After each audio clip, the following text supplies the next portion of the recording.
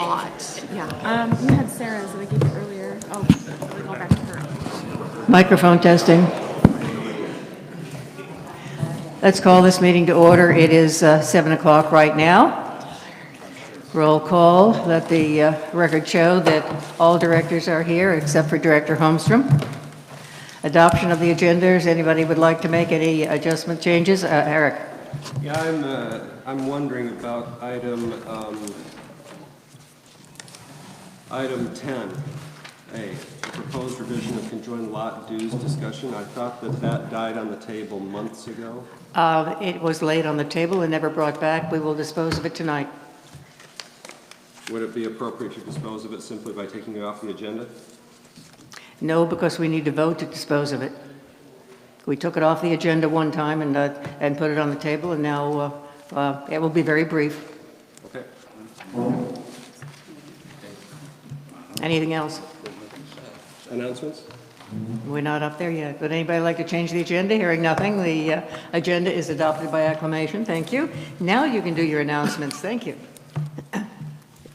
Who's got announcements? Eric. Keep it moving. Yeah, I'm hoping that everyone knows that Halloween is coming. The trunk or treat is a big concern that Maddie is, I see, vigorously shaking her head about. And so anybody that wants to participate in the Halloween event, please contact Maddie at the Rex office. Yep. And another announcement would be I really want to thank everybody for coming out to the community forum that we had for all of the officials who would like to be elected to either state or county offices. That was a really informative event, and it was good for our community to interact with them.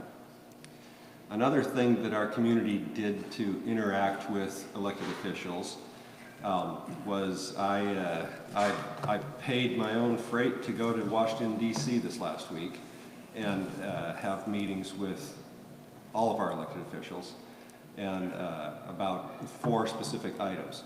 And our general manager also went along so that there could be visibility there.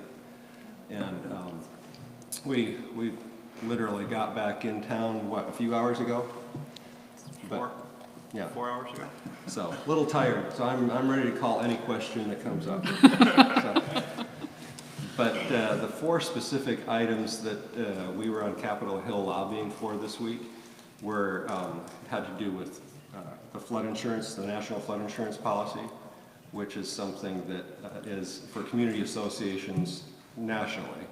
The flood insurance program is being renewed as a part of the continuing resolution, which gets extended for a couple of months or a couple of days sometimes. Sometimes it expires, like during the government shutdown. And when flood insurance program expires, that means that you cannot close a mortgage or a refinance, because if you are subject to flood insurance requirements. And so it's very important to communities like ours. And by the way, communities like ours are pretty darn common in Washington State, even more than the rest of the country on average. We have 24% of the population in Washington State right now that lives in a homeowner association. In 2 decades, less than 20 years actually, the trend holds that over half of our population countrywide will live in a homeowner association. It's the most popular way to increase density, building condominiums or other neighborhoods. And it's a growing concern nationally. And so that's one of the reasons why I was there, is to point out to our elected officials the needs of our type of housing situation. So the flood insurance was one of those items that we would like to have 5-year extension of the flood insurance program. I got a lot of rolled eyes about that because right now it's part of the continuing resolution. Even though the House has, the Congress has, House of Representatives has a compromise that will work, and it's a good template for the Senate to take up. The Senate is not going to take up any bills like that because of the current leadership situation. And so it's, that was the eye rolls. But situations change, and so the groundwork has been done there. Another issue that we were lobbying for was the trying to get our elected officials to talk with the HUD Secretary, Carson, about service animals. Not just service animals so much as emotional support animals. That's right. Linda is absolutely correct. An emotional support animal is not a service animal. A service animal is, there are laws and processes that create and define what a service animal is. An emotional support animal, on the other hand, there isn't a lot of guidance.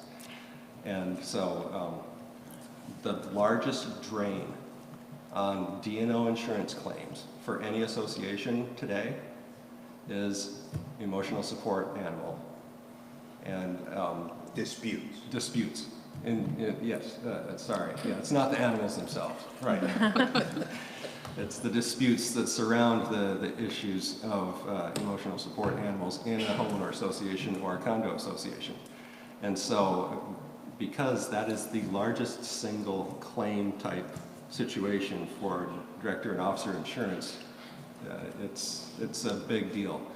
And we're hoping that the HUD Secretary can provide clarification, because we really don't care what the rule is as long as it's clear.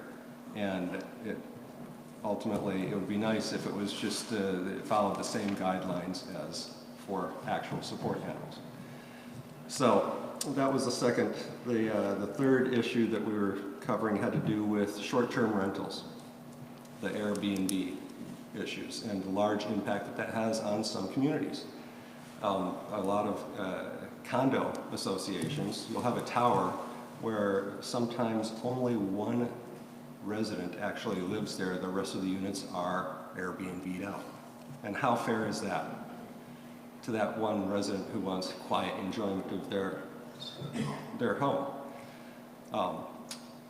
Airbnb, as an example, skirts the law because they're just a platform being protected, they say, by Joe, do you remember which act it is? It's a Communications. It's a Communications Decency Decency Act? Act. That's exactly what it is, the Communications Decency Act, which is, in our opinion, a misuse of the act. There is a new House resolution in place that would mitigate that problem and cause it so that that act could not be misused like this. So we worked on that issue, and then the other big issue that really got some attention. And is very important to set that. Very important to set ballot, is disaster recovery funds from FEMA. Right now, and not one official, not one office that I spoke with, and Joe and I didn't speak with the same people. We had separate meetings. So we got to double up on stuff, but I mean double up on the number of meetings. But that act and the way that it's the grants, the disaster recovery grants are issued, they actually carve away grants that go to homeowner associations. And what I say is that's double taxation, because we pay taxes. If there's a disaster for a homeowner association or a condo association, then we should have those federal disaster funds available to do things like cleaning up debris out of common areas or other common essentials that any disaster that FEMA would normally do for any group of neighbors, but not if that group of neighbors says that they are, making self-determining how to take care of their parks, for example. And so it was an eye-opener for every one of the senators or Congress that I had meetings with. And they really want to deal with that, but we'll see. So those were the 4 issues. Every one of the meetings that I had, it's not the normal 15-minute meeting that I'm used to. Every one of them lasted a half hour. And so it was an incredible back and forth discussion about those 4 issues. And that's why I will be ready to call any questions tonight quickly. Okay. Anything? Mike? The Emergency Preparedness Committee is having a Never Grab and Go Bag workshop on the 23rd of November from 10 o'clock until 12. You have to pre-register. Right now there are 26. We're hoping for between 45 and 50 to show up. So please pre-register and come. Thank you. Other announcements? There are at least 3 events coming up of which I am aware. The first one is Saturday night at right down here, the trunk or treat for the children. The next one would be the craft fair date. I don't have the date. Okay, don't No, have it right now. that's it. Okay, and watch for that announcement. And then the third one will be Breakfast with Santa. December 7th, I have that one. December 7th, okay. And the crafts fair date has been put out on e-blast. I think it's the 16th. Is it 16th? November 16th. I November believe. 16th. Okay, Ish. okay. Oh, there will be, for the crafts fair, there'll be a food truck and also Ken's Kitchen, so a vegan food truck. And for those of you who did not know, this is our final meeting tonight for this season, for this board. More announcements? Mike? Not so much an announcement, but yeah, you're right. This is the final meeting. So first of all, I would like to say thank you to Carol and Larry specifically for all their time and effort on the board. I know there's a lot in the community that don't think that they've done their just duties. That is far from the truth. And if anybody in the community had followed them around for the last 6 years, they'd be a tired person. These 2 people have worked tirelessly for the community and for the county, and we're very lucky to have them on our board. And also to Sarah, who has done a good job and an enthusiastic job for the last 3 years. Anything else? Okay, moving on to property owner comments.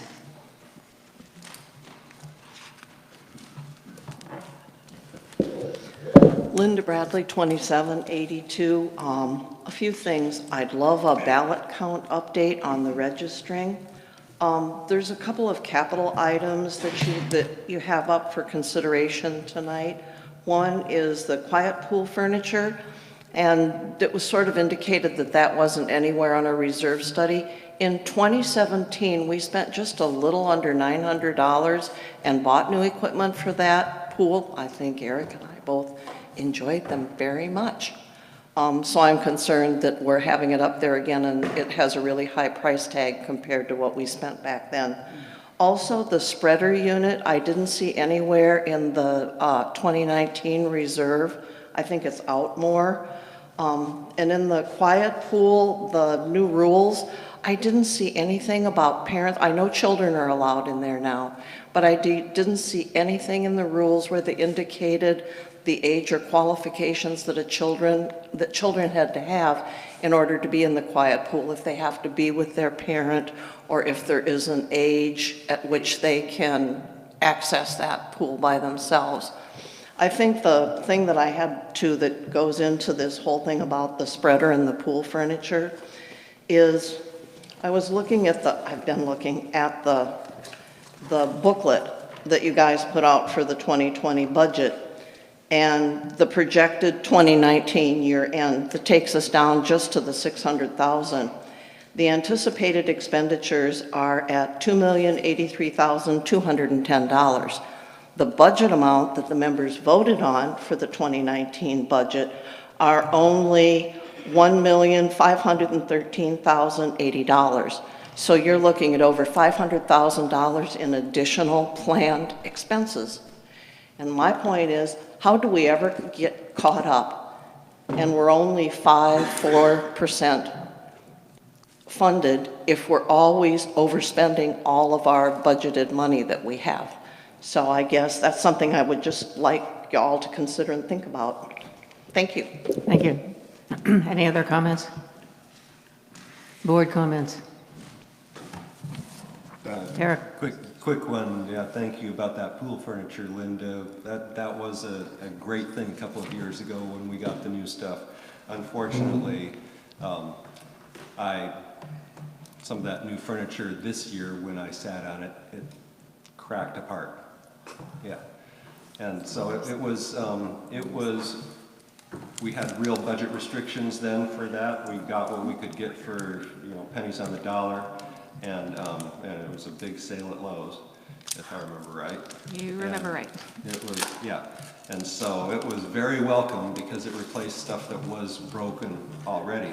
And we got 2 good seasons of use out of that furniture, but the actual support structures have failed. Anything else? Carol?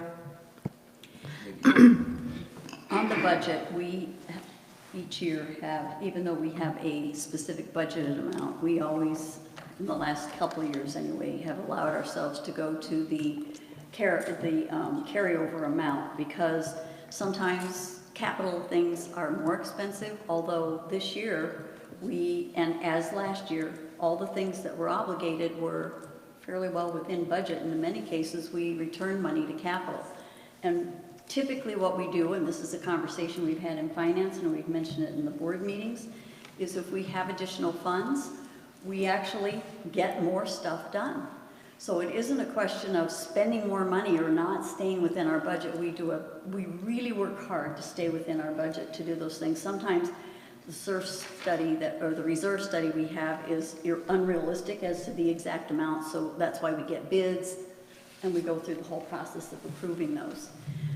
This year, I think I can announce that Joel and I contacted the bank yesterday and got a payout on the equipment for the fitness center. Remember, we approved that earlier, and we purchased the fitness center equipment with the idea that we would get a 3-year loan, and if we had the funds, we would pay that off at the end of this year. We are paying it off, and it will be paid off within about a week.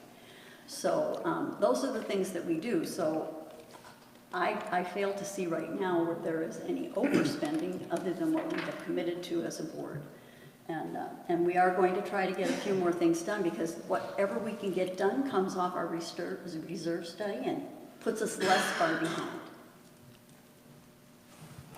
Other comments? Andrew? My comment is just back to Eric's federal policy work, which I appreciate, and thank you for your report, and thank you, Joe, for attending as well. I'd just like to recommend that if we engage in federal policy work in the future, that the board is provided with an overview of the federal policy positions that we are taking prior to any volunteer or paid staff member engaging in such federal policy initiatives. And I could make that as a motion. Okay, I'm not sure I heard it all, but... Which I will. Okay. Okay, anybody else? Do we do that now? Lisa?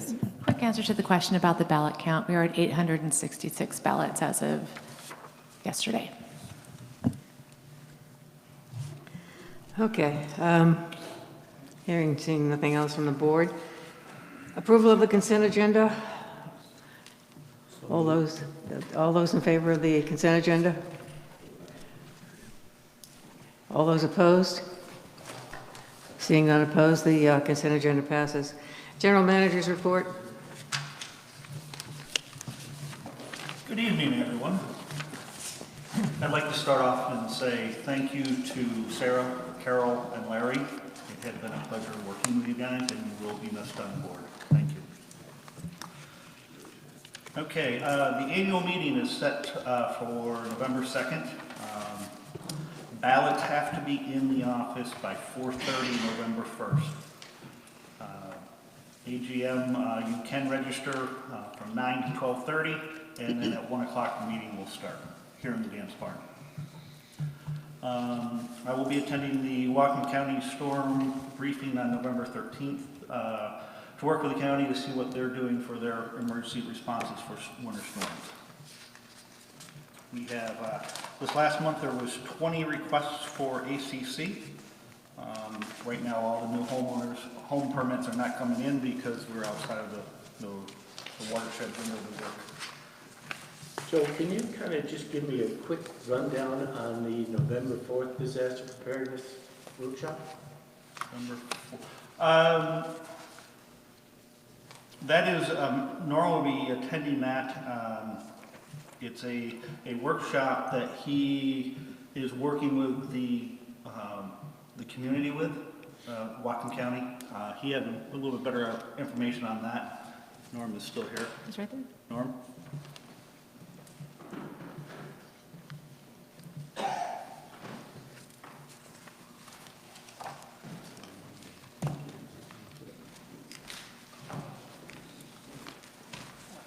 Good evening, everyone. The November 4th workshop is on business resiliency, and it's part of the overall emergency planning process. Once you have an event occur, and you, like a fire, you put the wet stuff on the hot stuff, then you have to then continue on. That is what this workshop will help us do, is to help us develop a business resiliency plan so that normal business services and operations can continue post-event. So the county is hosting this seminar with the Port of Bellingham. We'll be attending and get information that should help us develop our plan for submitting in our overall emergency response package. That's initially what it's for. It's not required unless you're federally regulated. Some businesses like the oil and gas industry have to have these. It's a good idea for us to do this, and it's no charge to attend the seminar and get this information, which is what I'll be doing. Any other questions? I would like to attend with you if that's possible. Certainly. Thank you. With that, it's open to a lot of agencies and responders and other associations. Again, the Port is putting this on. Thanks.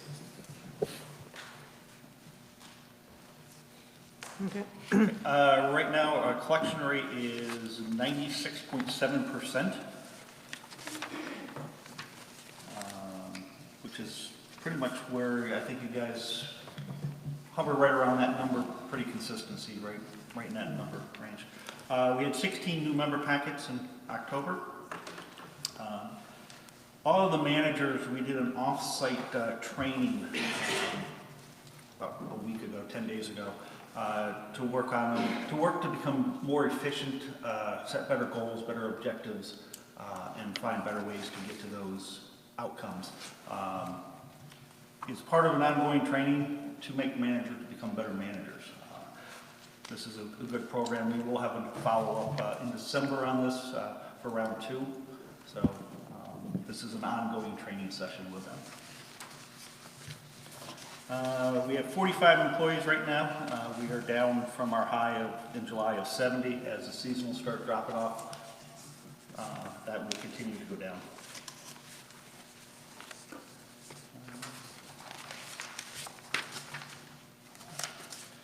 Parks.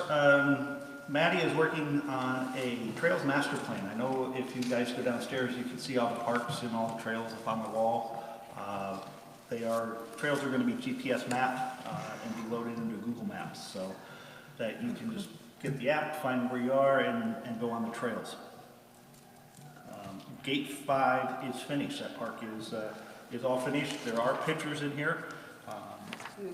They did a great job with it. It took a little longer than anticipated, but Mother Nature had some of that to do with it, and you only had 2 guys working on it, so they had to keep up with the other stuff. There's also a haunted hayride through the golf course. That is Saturday night, so that's something if you guys have little ones you want to go on, take them on a ride. The pools are closed for the rest of the year. Golf. Golf revenue through the 17th of October is 13% higher than last year. They are at $856,701 as opposed to $747,149 over the same period of time. With that, they are also 11% higher in rounds of golf year to date. 11% higher in rounds of golf year to date. So that is a positive trend. Right now, they are working on all the outings and get everything started for next year. So the outing income has been pretty solid as well. Right now, the outing income will be $98,536, which is 43% higher than last year. So.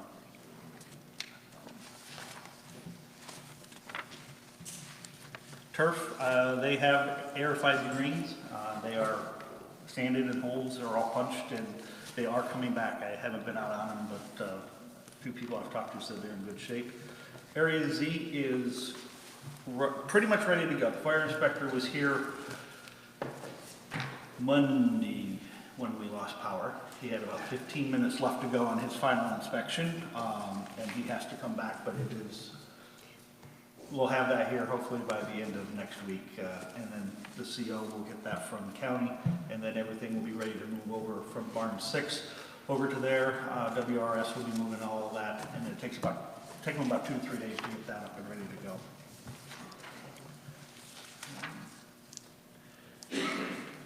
And another part of training, our maintenance crew, our turf care, parks and rec staff, they received training on October 17th for trips and falls. It's something that keeps our L&I down, so the more training we can do, it saves us on that end, and our L&I right now is still very, very low. The number is lower than I've ever seen anywhere, so that's the more training we can go and get, it's better for the staff. Any questions? Carol? I was just surprised to see the amount of new people on maintenance, and we must have had significant turnover. Do we know, is it wages that we attribute that to, or is it more other stuff? I'm curious. Yeah. Well, as you know, attrition is an interesting thing. We lost one of our key maintenance workers who'd been here 10 years, who felt at 10 years he'd done everything he could do, and it was time to find a job where he could retire. And so he went to the city and with a pension and a little bit of a higher wage, not much, but with an opportunity and a future, and we could not wish him better. And another key employee, we lost just due to long-term issues, and it was a separating of ways, but it was not a mass exodus by any means. So we're talking 2 people? 2 people. Okay, that's all I want. And we've gained some really amazingly highly skilled workers who are glad to be here. And also what you're seeing, I think, is the seasonal employees that have come and gone, but we've been able to maintain some on call because of their status. They're a student or they're younger, and we can actually keep them, like, just to say, well, you need a couple extra hours here and there. And it doesn't mean hiring an extra body or wearing out somebody that's already working too much. It's been kind of a blessing to have someone that we can just call in for a few hours for a project. So that's why you're seeing bodies who are not full-time employees. Other comments, questions? Okay. Moving on to treasurer's report. The treasurer's report is, the minutes are as submitted, but we have a number of CERF requests. There are 3 of them that we are bringing to the group tonight, and the one thing I'm just going to say ahead of time is these were very thorough discussions about each of these items, and the Finance Committee approved these to move to the board unanimously in their current form. So who's going first with the snowplow sander unit? Thank you. Good evening, board and residents. I am My name is Jacob Close. I'm presenting, first request is for a capital, fighting a little bit of a cough coming off this here, a capital replacement for our plow and sander.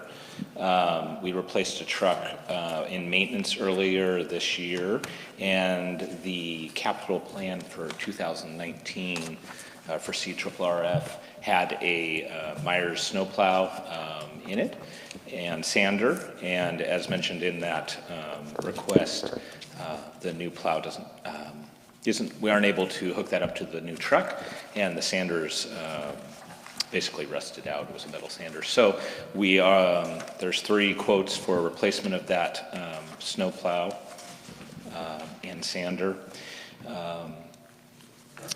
Let's see here. And that will bring us up to, I believe, 6 trucks for this season. That will allow us to keep, we need to constantly replace snowplows. This is replacing a unit. I can't remember the year, but it would be pre-2008. So as of this replacement, our oldest snowplow and sander setup would be from 2008. One change, the reserve study had a slightly lower amount that was forecasted for this year. About $15,000 was, I believe, what we had seen in the capital plan for this year.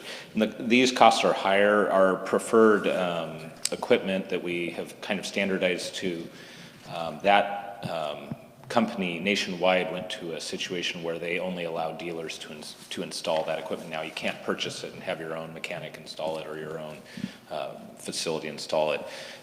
So the 6 Robleys in town lost their distributorship, and it's been moved to Allied Body in Seattle, which we have purchased a plow and sander from before. So, but they are the low bid, and it would be preferred to go with them also from the standpoint of the equipment we have. That's what we've standardized with, so it allows simplified training and less parts that have to be kept in stock to keep plows running when we have these snowstorms. And as you remember, we went through, a good 6 weeks of snow, and these are not pieces of machinery that last 20, 25 years. They have a definite, 10 to 15 year lifespan. That being said, we're going with the quote that we're requesting is also going to a stainless sander, so we won't have the issue of any rusting out in the future. So hopefully our lifespan can increase a little bit more than the unit we're replacing. Any questions? No, but I'm going to make a motion before we begin I have a discussion. question. Oh, before we begin discussion, can I make the motion? Yes. Yeah, please. Okay. I recommend that the Board of Directors approve a CERF allocation of $19,828.27 to purchase a new snowplow and road sander. Second. Okay, discussion now. Whitney? I'm reading that you're saying that the old plow will be sold. Do you have an estimate of what you can get for that, and can that cost, or whatever proceeds you get from that, be applied towards this? Or is it? Yeah, that'd be an accounting question. Usually it goes back into CRRF when that sale happens, yes. Older steel plows, and the mounting bracket we have fit a 89 truck. So there'll be limited market for it, but sometimes you can get up to maybe 500 max. But yeah, we always try and liquidate sell assets as they're replaced. But it's like not we had a 4 vehicle package earlier in the year. 3 of those 4 vehicles we replaced have been sold. That money goes back into CRRF. But that'd be kind of a question, as to the accounting of which, it goes back into CRRF. Beyond that, you'd have to ask Joel. I was just curious how much you thought it would be sold for. It'd be a stretch to get probably 500 max. But yeah, we usually will, whether we have to scrap it and put that in or sell it, we'll do that. Okay. Any other questions? Call the question. All those in favor? As unanimous, motion passes. Next. The second capital request I'll be presenting tonight is a new capital item. That's why it would not appear on any CRRF projection or reserve study. After our storm this year, and then with the arrival of Joe, going over our snow response to this February-March storm we had, we found that we would be more effective in keeping roads passable if we could de-ice at a higher rate and a faster speed. And so part of that is to buy a skid mount unit that can go in any truck that allows us to put the liquid de-icer out ahead of a storm at basically 4 times the speed. Our current de-icing pumps allow us about 5 miles an hour, and this would allow us to go up to about the speed limit in Sudden Valley, 25 miles an hour. So we would be able to get ready for a storm much more rapidly with hopefully 1 truck versus 4 out and about. And that allows the snow not to stick to the pavement as much, and then it's easier for us to remove it, less icing. And then on top of that, coupled with this skid sprayer, would be the purchase of a bulk tank. And these are, this unit is sized so that we could get through, basically we did some calculations and we found out how much we used in that 6-week time period, which I hope that's the worst storm we'll encounter in the current or in the foreseeable future, but that would have allowed us to get through that whole storm without any supply shipments into Sudden Valley. So this would be placed adjacent to the sprung structure. It would be, it would not require power. It would be gasoline-powered engine so that we can, without power, we can still fill trucks. And what it basically allows us to do, instead of buying liquid de-icer at about $1.90 a gallon, we're buying out of a bulk tanker shipment at $1.50 a gallon. So the return, we're saving roughly $1,300, maybe a little bit more with labor and shipping costs each year. So in time, we'll pay for this unit. It's just a plastic poly tank that would be placed up there, and it's mobile. We can move it to any site. It doesn't require any infrastructure to be built. It's a skid unit. You set it down, you start using it. So those 2 items are currently not items we own now. So I understand they are not in the. They were not in the forecast this year for CRRF, but we, Joe and Bruce and myself, feel that it would be a significant improvement to our road conditions during storms if we had these 2 items together. I'd entertain a motion. Okay. I move that the board approve a SURF allocation of $13,265.87, including tax and a 5% contingency, to purchase a new liquid de-icer tank and sprayer from SURF. Second. Okay, discussion? Call a question? Okay. Any comments? Yeah, I do. Follow? With the, if we're filling up with de-icer, and hopefully we get lucky and we don't have to use it all in 1 year, is there any concern with it degrading over time in storage? No, in fact, we have, we try and keep a 72-hour period of product on hand at all times, but there's no shelf life to salt, or to the liquid brine, which is calcium or mag chloride. Okay. So it would just cycle into the next year. It can go 2-3 years, 4 years in storage. In storage, no Real problem. easy. Okay. And then I, one more question on it. And maybe you don't have the answer to this, but with getting done so much quicker, would you see yourself amending the snow response to be able to hit more side roads early, or just get the primary roads done faster? With this, the nice thing about this, we can put this down up to 48 hours ahead of the storm, and it will eat up 1.5 inches of snow, about 1.5 inches, and it'll form a water layer. So what we can do is we can we'll hit all the roads, and then we can start working back in. So it may not be as bad in the smaller roads that we can't get to right away, but it will help in the long run. So it'll improve our coverage? Yes. Up. Okay, thank you. Across the board. Further questions? Call the No. question. Call a question. All those in favor? That's unanimous. It passes. Next. The next one is Maddie.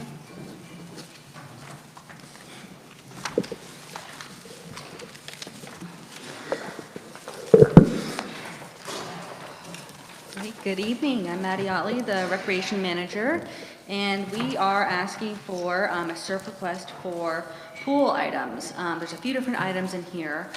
So the first one is pool covers. This is something that was not addressed during the construction project back in 2018 for some reason. And this is something that we really need to get for the winter time in order to protect our pools. Something unique about our pools is because we are on a very high water table, we are not able to drain our pools. We have to keep water in them, or else the actual structure will bow out of the ground.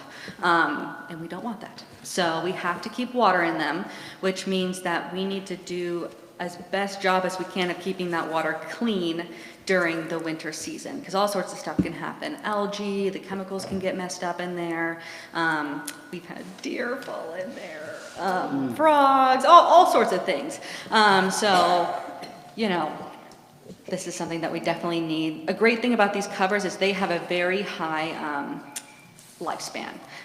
So for the quiet pool cover that we're proposing, it has a 15-year warranty. And for the main pool, it has a 12-year warranty. And these are pretty slick covers. They're actually anchored, so if you drove your car onto them, it would not go into the pool. And most importantly, that means that if children were to somehow get into the pool area, they would not get into the pool. And more importantly, water actually drains through these covers and it filters out debris. So you end up with really clean water at the end of the season. And a big concern is with these older covers, they used to not let water drain through, and you'd come up with pools of water on the top of the cover just because of rain. And that actually is a big drowning hazard. Because people can drown in like 3 inches of water. So these are really great covers that I think that we should definitely get for the pool for safety, especially since how this building is set up.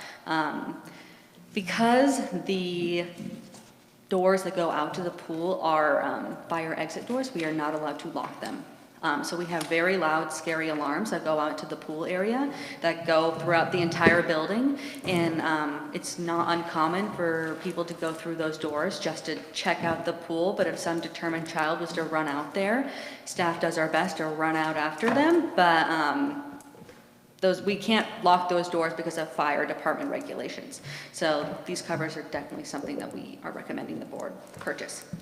The other thing is lifeguard stations. So the lifeguards have been standing around the pool area or using just regular chairs, which really isn't a suitable station for them because they need a lifeguard buoy and they need an umbrella to protect them from the sun and elements and that kind of thing. And they need to be anchored to the pool deck. And so they could actually leap off the anchored chair into the water if they needed to.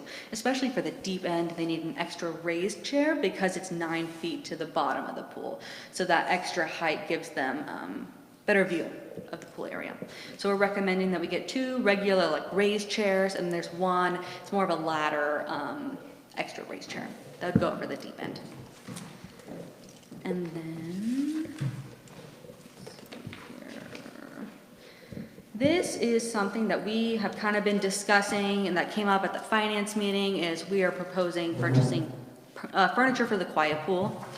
After going through the finance meeting, I took a better look at the reserve study and found that the main pool furniture actually isn't in the reserve study, but the quiet pool furniture is. And when I looked at the latest reserve study, it said that it was replaced in 1997 and it was due to be replaced in 2019. So I'm not sure how that happened in 2017 where we got some extra furniture. I'm not sure why it wasn't reflected in the reserve study or not.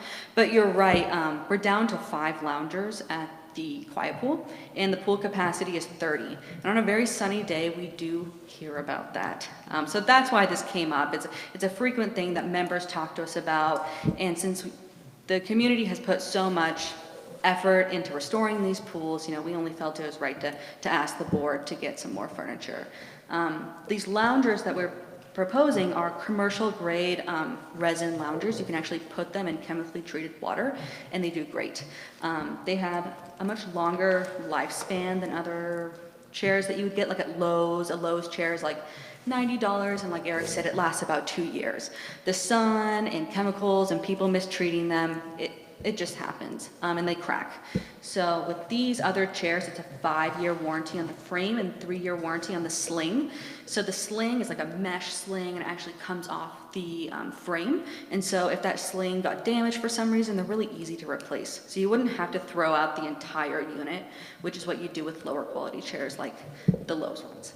And we're also recommending getting some extra tables and chairs and umbrellas, just because that stuff tends to, same with the other furniture, it's just lower quality, tends to break every year. But this is not, the furniture is not something that was on the prioritization list for 2019, but it was due to be replaced in 2019. So we did want to bring that to your attention, that if you're not prepared to address it tonight, we definitely want to address it for the 2020 plan, and we would recommend an A level. We will leave that up to the board, and I'm happy to answer any other questions that you have. Can I make a motion? Yes. I move that the board approve a SERV allocation not to exceed $26,718.80 to purchase the main pool cover, quiet pool cover, 2 regular lifeguard chairs, 1 raised lifeguard chair, 3 life rings, and 3 lifeguard umbrellas as referenced in the attached, including tax and 10% contingency. And then I'll make a comment once we have a second. Is there a second? Second. Okay. So as Maddie said, she brought to us this additional amount for furniture, and I didn't bring my paperwork with me, but it's not a big amount of money. It's like it's a little over $4,000 as I recall, and it was for a higher quality of furniture.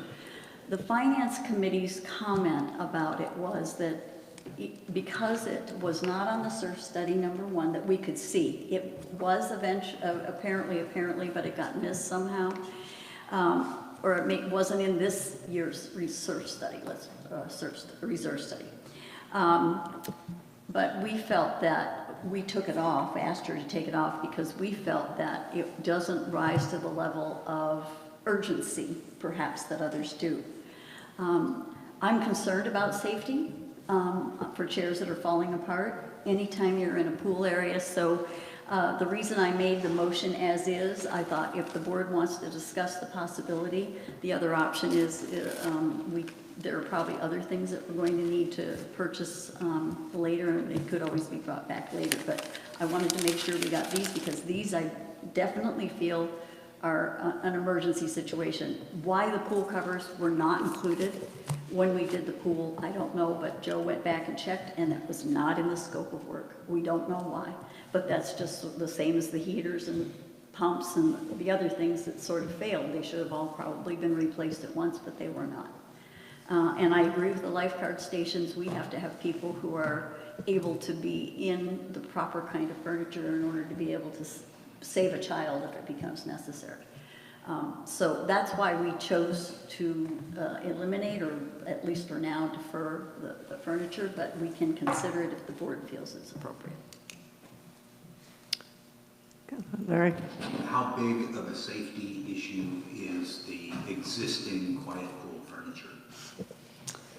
So the quiet pool furniture, like we said, it's a lower grade furniture. It tends to break every year. So, there's the possibility that someone sits on it, and what most commonly happens is they're horizontal slats, they're plastic, they'll end up breaking. It could pinch or potentially cut someone. It typically doesn't. But what's going to end up happening is we're going to have no furniture.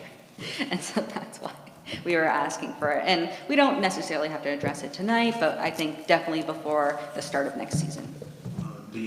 How many do you think we have that are likely to be usable at the start of this next season? Yeah, we have 5 loungers for the quiet pool. How many do you expect will be actually available for use at the start of the season?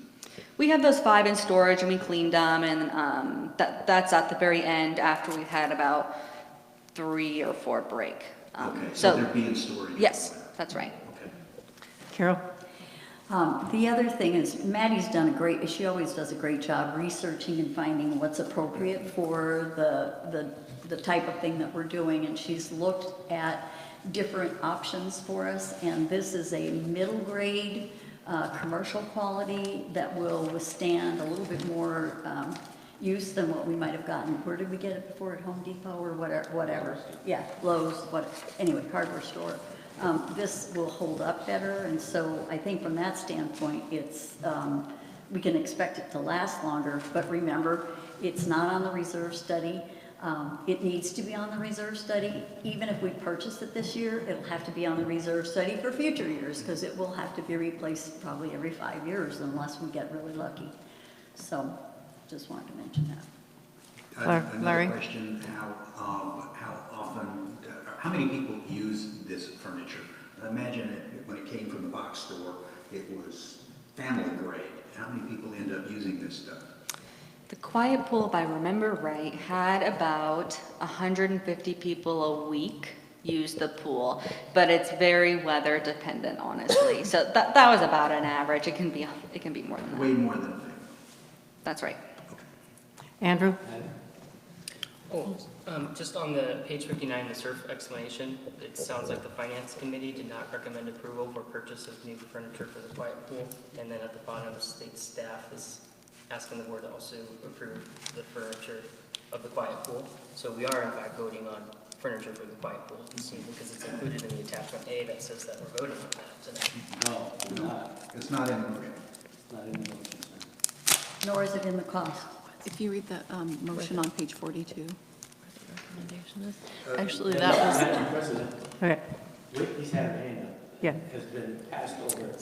so patient. Whitney? I just would like to clarify, because my question was similar to Andrew's, but, so I heard you, Carol, say the $4,000-ish is for the furniture. So tonight, we're just talking about recommending this, but then the other $4,000 could be pushed to the springtime?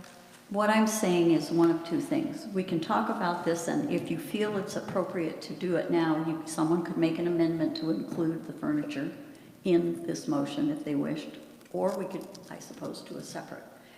Or we can recommend that it be brought back the next time we look at furniture, or any kind of rec department capital. I have a question for Maddie, just if we were to purchase the furniture now, since it's off-season, is there a chance that it's discounted now rather than waiting until next spring when it's starting to be pool season? Will it be more expensive? Yeah, we did get that quote about, oh gosh, a month ago, and it was a discounted rate for those loungers specifically. And it is a seasonal purchase, you're correct. So the closer we get to pool season, I'm sure the price will go back up. So this was like a fall closing kind of cost. Larry? I move to amend this to include the suggested quiet pool equipment. Second. Okay, I have a question on that. The furniture? We need to include the price, so if I could. For the furniture? Could we include it's for $4,369.90? An additional amount. Does that amount rise to the level of capital expenditure, or could that be an operations expense? It needs, this amount as it is, needs to be a capital expense. It could be done through operations in smaller quantities. And I guess the question I would ask you, Maddie, is let's say, I think we talked about buying a dozen loungers, and that was a group purchase. Is there a cost to buy, an additional cost to buy per unit, to buy in smaller quantities?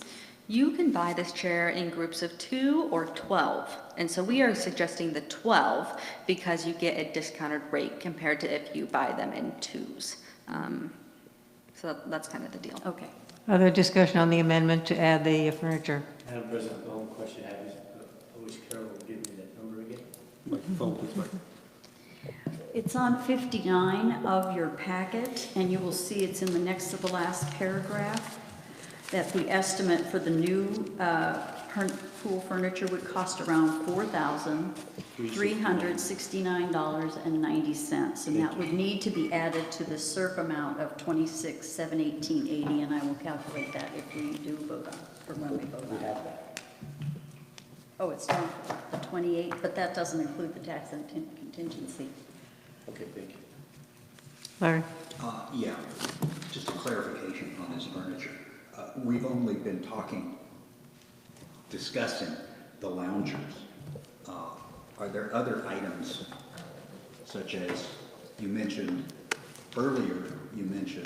tables, umbrellas, et cetera, et cetera? Are those, I presume those are included in page 33 under item E, quiet pool furniture. That's correct, yeah. So that amount that Carol stated is for 12 loungers, 15 chairs, 3 tables, 6 low, like lounger chairs, those little ones next to the loungers, and then 6 umbrellas plus their stands. So it's not just for the loungers, it's for all of that. Thank you for that clarification. Any further comments on the amendment? Call the question on the amendment. All those in favor of adding the furniture amendment to the original motion, raise your hand. All those opposed? Okay, one in opposition, the motion passes. We now have a motion on the table for the pool covers, et cetera, and we've added the quiet pool furniture to that. Back to discussion on the underlying motion. Got one here. Carol? I just want to bring the group current on the total amount of expenditure. Yes. Under those circumstances would be 30, we're not counting any additional contingency on this because you know that this is pretty much the cost and what you're going to be able to get it for online, correct? I mean, you've already priced this out. Yeah, so in the original request that I asked of the Finance Committee, it should be $28,659.71 for the original, which is what you're voting on. So this includes contingency and tax? We asked, well, it includes tax, shipping, and installation. We're asking for a 5% contingency. Most of these things were pretty solid numbers. We got actual quotes for them. So if you don't feel like that's appropriate, I think we'd be okay.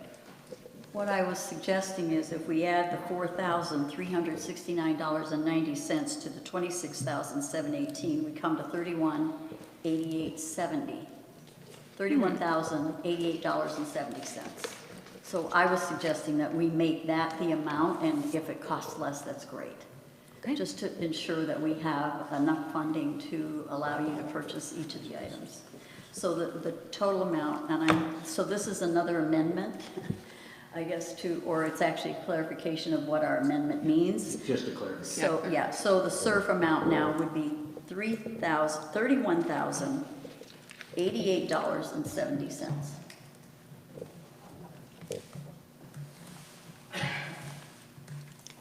Okay, and I just wanted to clarify that you did say there's a 5-year warranty on these furnishings. 5-year on the frame and 3-year on the sling. We were proposing purchasing the tables and chairs and umbrellas through Amazon because those items, if you purchase them through Gross Felix, which is the manufacturer for the lounger, they're extremely expensive. One chair is $200, a regular chair. So that's why we were proposing just getting them through Amazon. Mike? I have a question on the, I'm a little confused on, attachment A has the number at 28,659.71,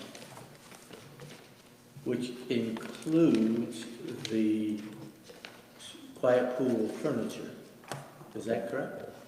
Okay, it got us down to the 26,000 that was on the original motion by Carol,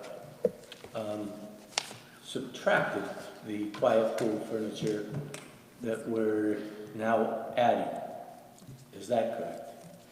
When I did the math, yeah, that chart on page 27, attachment A, that's what I calculated. And with the 5% contingency that we were asking for, it would come to $30,092.69. Actually 70, but yeah, you're right. Okay. So, and we can go with that figure. That's what I just got by taking this and adding a 5% contingency. Right. And that includes the tax, so I'm fine with that number instead, if you wish. We're talking less than $1,000. We're still just amending the final number. Excuse We're me? still just amending the number. We're going to amend the number again? No, you don't need to amend it, just clarify Oh, what the heck clarify, it is. okay, so let's, since Maddie and I agree on this, I was adding the other one, but let's just agree on that it's going to be $30,092.70. Great.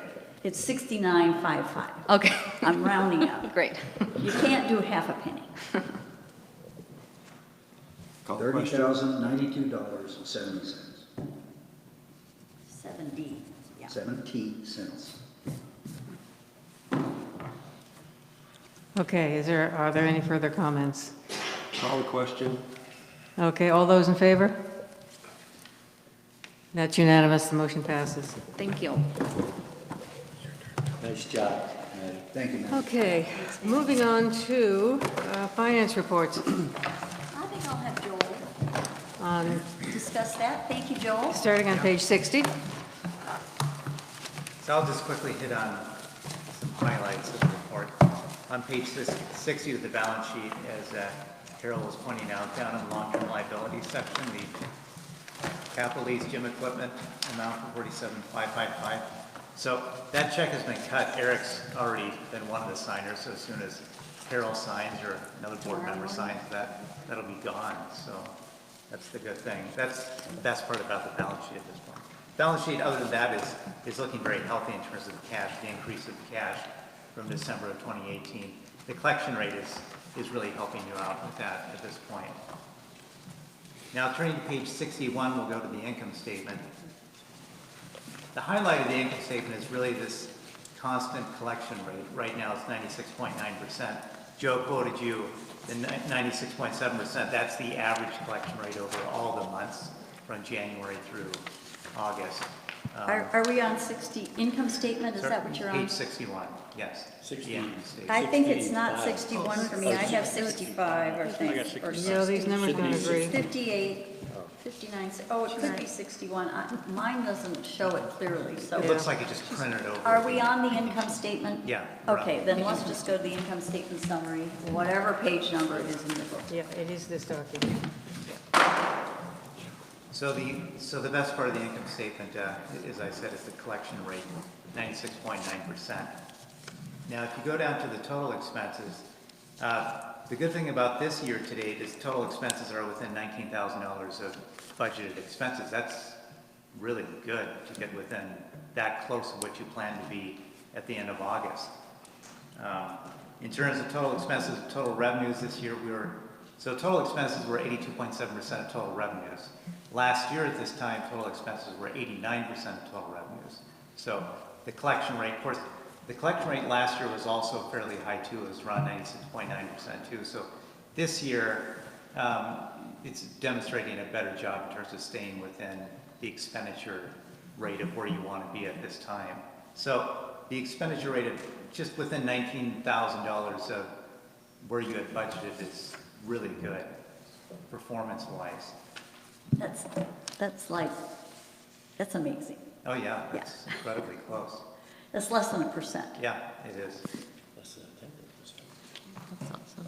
The next page after that, of course, this is just a cash summary. This is just showing a reflection of your anticipated incoming expenditures and outgoing, incoming revenues and outgoing expenditures. Obviously, under CERF, this will drop another $47,000 once that check has been cut to pay down that loan, which will just cut into your net usable cash at 12/31/2018 under the first CERF column. Now, if you turn the page, which I believe is page 63 for you, so I'm looking at basically the income statement again, showing it by operations, showing it by department. So the first one is current month. Now, the highlight of this, as Joe has already hit on, is the golf department. So you can see it's actually the second column from the very right. The net income loss for golf this year is net income of $33,170 for the month of August. Now, last year at this time, for the month of August in 2018, the net income was $7,648. Wow. So that is a good increase. Now, if you turn the page again, we can see the same statement, only now this is year to date, January through August. And we'll look at that golf number again. You'll see that there's a net income year-to-date, $135,133 for golf of net income. Last year, at August 2018, year-to-date, it was $61,483. So golf is doing very well compared to especially even over last year. And I believe in terms of the major highlights of the statements, those would cover the major highlights unless anyone had any other questions.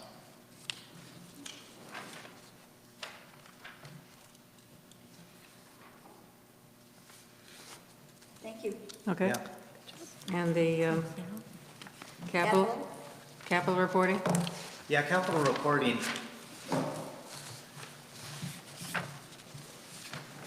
Now, the good thing about these pages here is these are updated as 10/11, so October 11th. So if you look back at that cash summary sheet that you looked at and you looked at obligated expenditures, it's basically showing this only as of August 2018. But these sheets show all the capital expenditures as of 10/11/2019. So you can see it literally project by project. The blue column, total invoice, the yellow column at the end, counting funds still obligated, which is just a difference between the board approved amount and how much we've paid out for each of these projects.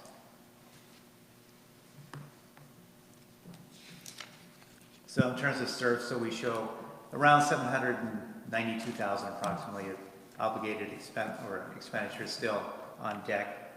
Roads, approximately 473,000 obligated expenditures. And then UBR, approximately $31,000 of obligated expenditures.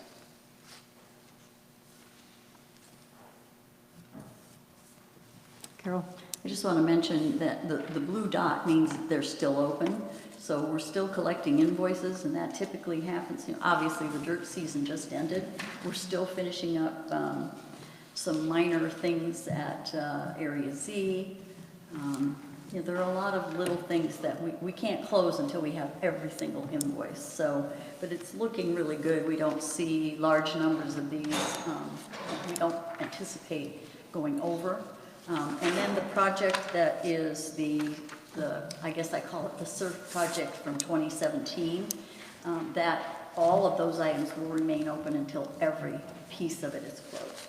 And that will include the demolition of Farm 6, and that won't be this year. So that will stay open, but we'll have a better idea of what all the invoices are probably early in the first of the year, after all the invoices are in. Okay, questions? Okay. Moving on to committee reports, and voting is necessary. ACC? As submitted. Communications? As submitted. Document review, we have nothing right now. Emergency preparedness? As submitted. The long-range planning. I have submittal of actually one member at this point, one new member at this point. Janine Carlson, vetted, and I move that she be added to the long-range planning committee. Second. By acclamation. Okay, there's no objection. Nominations and elections. As submitted. As submitted, and Parks and Trails. As submitted. Okay, that was quick. All right, now here's the discussion on the conjoined lots. It has been brought to my attention that back on January the 25th, a motion was made referring to changing our policy on conjoined lots, and it was placed on the table at that time. It has never been brought forward for final resolution, and I do have the motion here. There's a lot of whereas in the beginning, but the substance at the end of it, which is the actual motion itself, it is hereby determined that all conjoined lots numbering more than 2 total shall immediately and henceforth be returned to the community-approved assessment amount established prior to 2004 as permitted under the bylaws. We will bring that back onto the table. Is there any further discussion on that? Can you repeat it, please? Yes.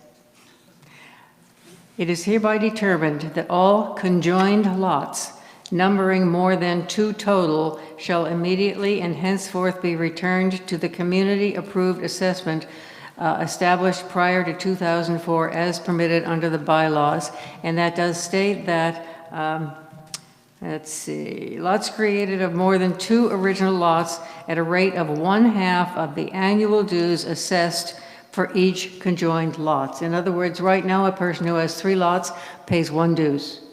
Under this, a person with 3 lots would pay 1.5, half for each one of them. And Carol?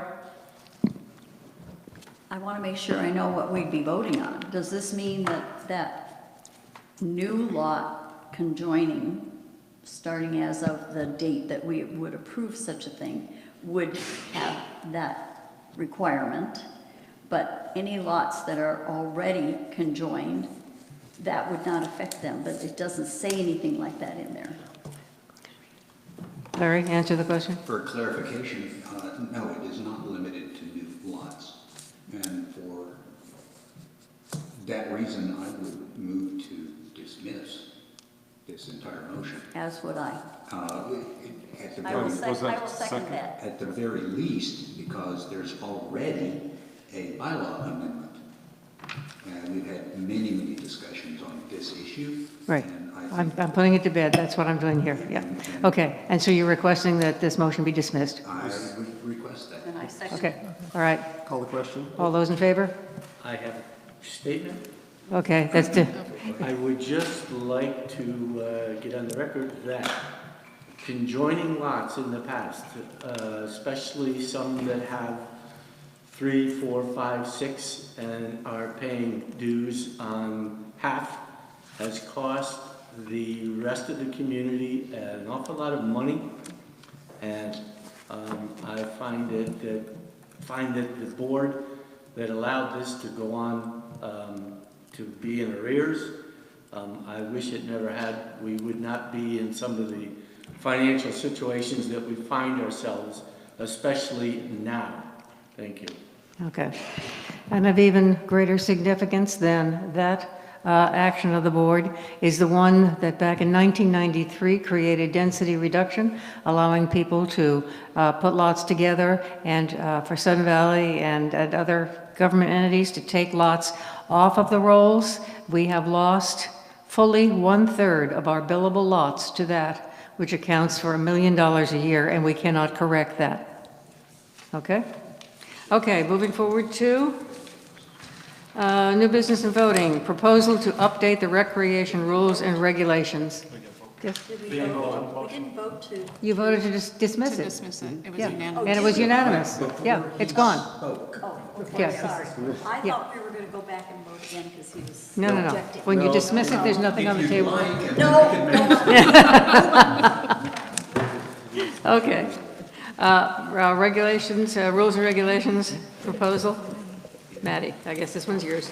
This is mine again. Yeah, so in the off time, I'd like to do things like this, go over all of the rules and regulations and make sure that we have things that are, up to our standard. Obviously, rec is new, we're only a year old, so we're wanting to correct a lot of old nomenclature. It refers to things like the adult pool and some other, the YMCA and some other odd things. So this is really just trying to get us up to how we're currently operating. So it's establishing rules for use of the pools, use of the community center, and for on-leash and off-leash dog etiquette. For that piece of it, this is something that the Parks Trails Recreation Committee was working on. It was actually developed by a dog training professional. Her name's Laurel. She lives here in the community. And so this was created with them. And these are very basic things like, your dog should be, vaccinated if it's going to be in one of the off-leash areas or needs to behave. Let's see here. Supervise and clean up after your dog. Carry a leash for each dog. Some very basic things so that they felt were just needed to be stated. And we thought the rules and regulations would be an appropriate place to put it. So I'm happy to go over any questions that you have specifically about those. To address the members' comments about the age restrictions for the quiet pool, we have an existing quiet pool policy that was approved by the board that addresses all of that. So since that's already in place and it's in an actual policy that's able to be enforced, it actually has a fine associated with it.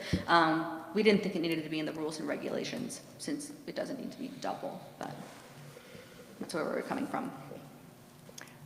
Carol? Do we want to make a motion? Okay, all right. I'd like to move that the board adopt the proposed changes to the Sudden Valley Community Association official rules and regulations for the rec center. Is your second? Second. Okay, discussion. Carol? I have about a dozen little things. There's instead of in the pool, no spitting, it says no pitting, little things like that. And so I don't know whether we want to, I don't want to go through all of that. Grammatical tonight at the board changes. meeting. You could put it into the proposal To the motion, into sorry. the motion with the grammatical changes or Corrections, typo yeah. type things, if that's acceptable. Yeah. None of it is Yeah, substantial. there's Scrivener's errors. You don't have to Yeah. even address those. We will change them when adopted. There wasn't anything that would have changed the The substance. meaning of anything in here. There's a lash for each dog, so, instead of a leash. So that's the sort of stuff I'm talking about. Okay. Larry next.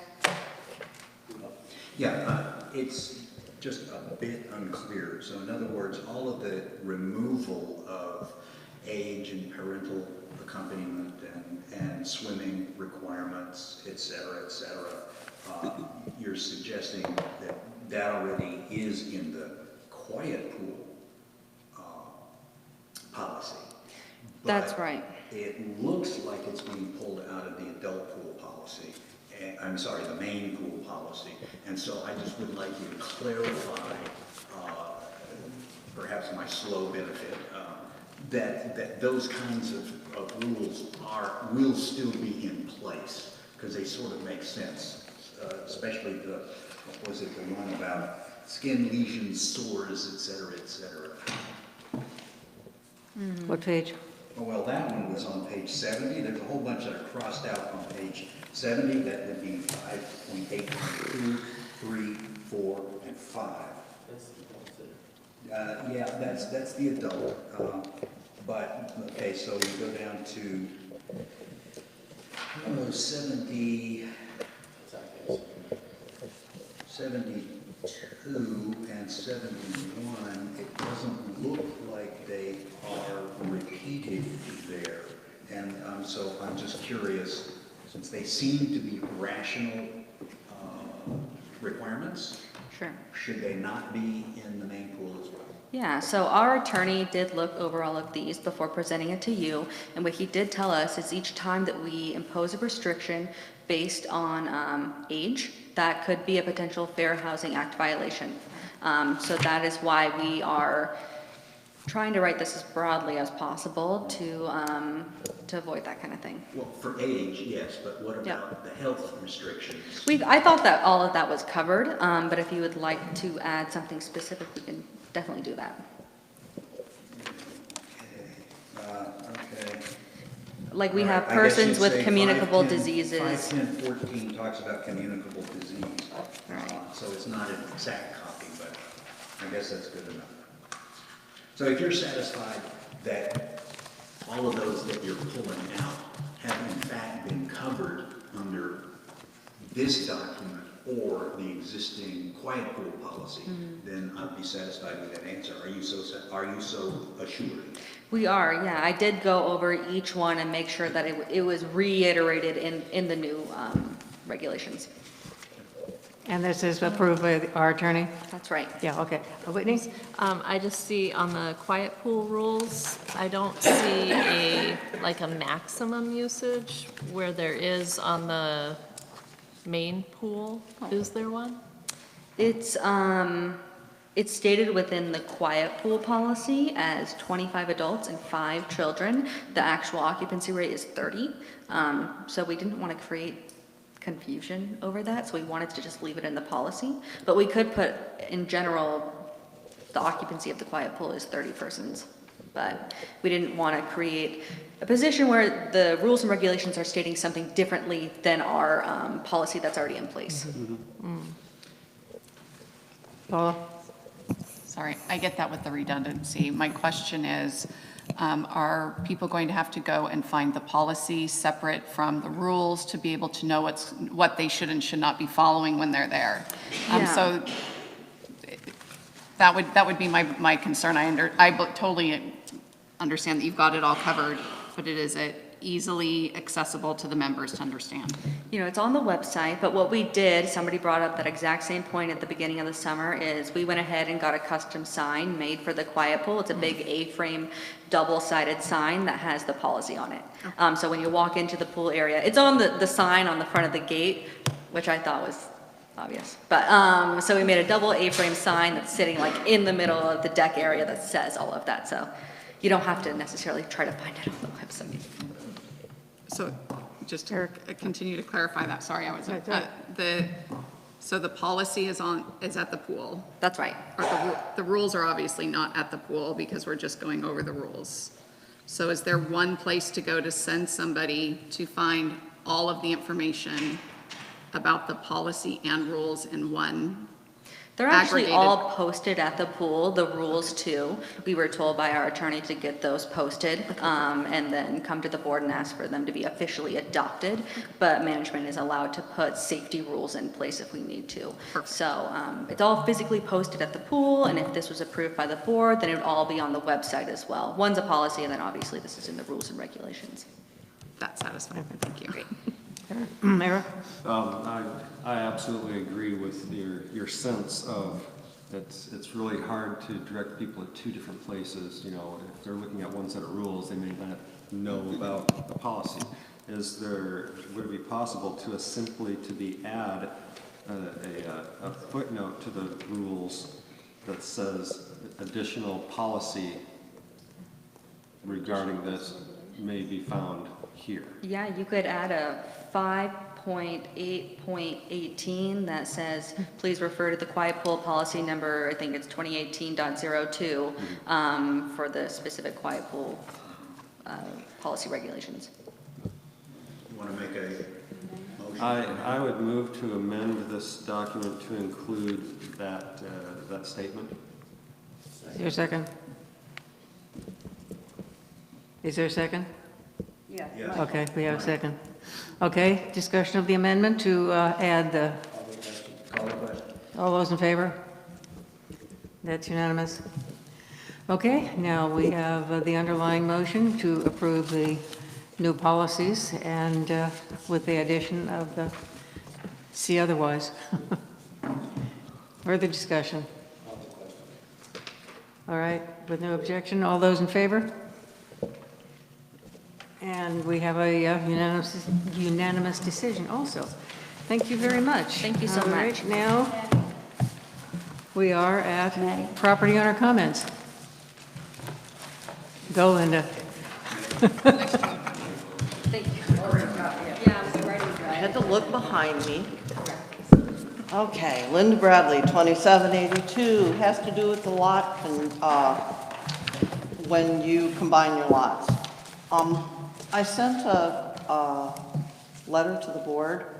There's Article 5 in our Articles of Incorporation, which I assume are above our bylaws and kind of up there with the restrictive covenants.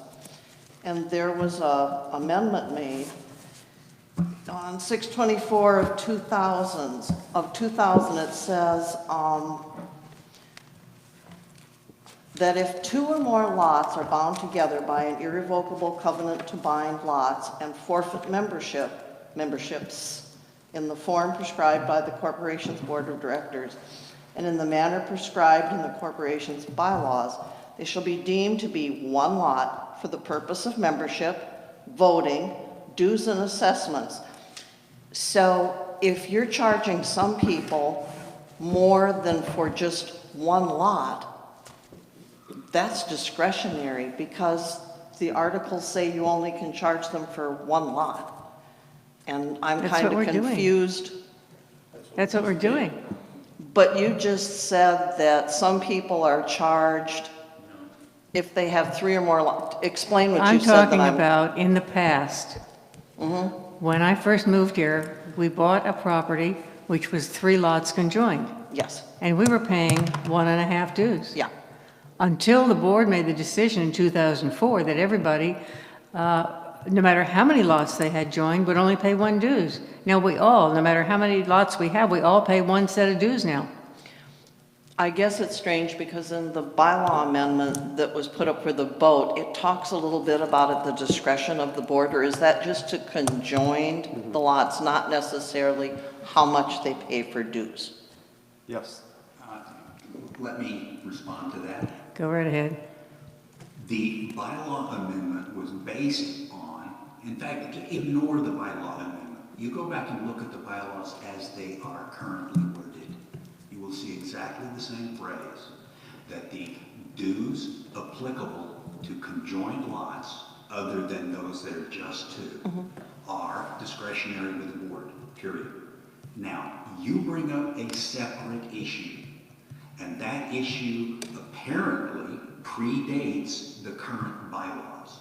I know nothing about that. I haven't compared the 2 and thought about that. You may well be right that the current bylaws are in fact not allowed under the Articles of Incorporation. But that's a question for the attorney.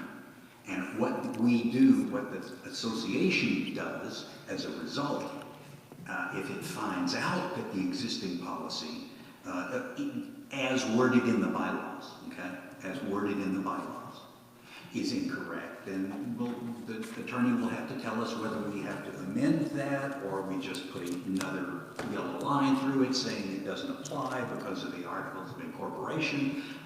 Who knows? The point is, currently, nobody pays more than 1 set of dues. Nobody.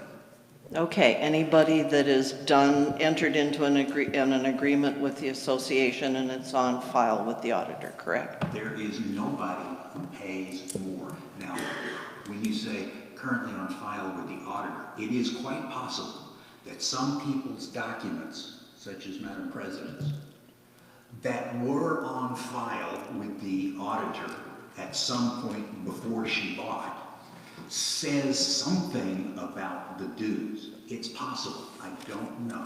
Okay, I'll look into it a little bit further. Somebody just brought it up because of the way the bylaws are going to be rewritten, or even as they exist, seem to be in conflict with our articles. The bylaws in that language are not going to be rewritten. Okay. Unless and until the community votes on it. And my recollection is the only change in there is that once those dues are set, they would not be changed. So it's the current language that would continue into the future with or without the bylaw amendment.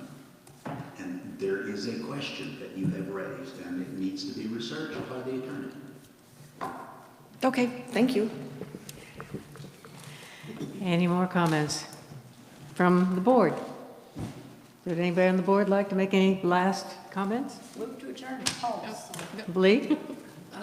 this will be my last board meeting. It's been just really interesting. You're welcome.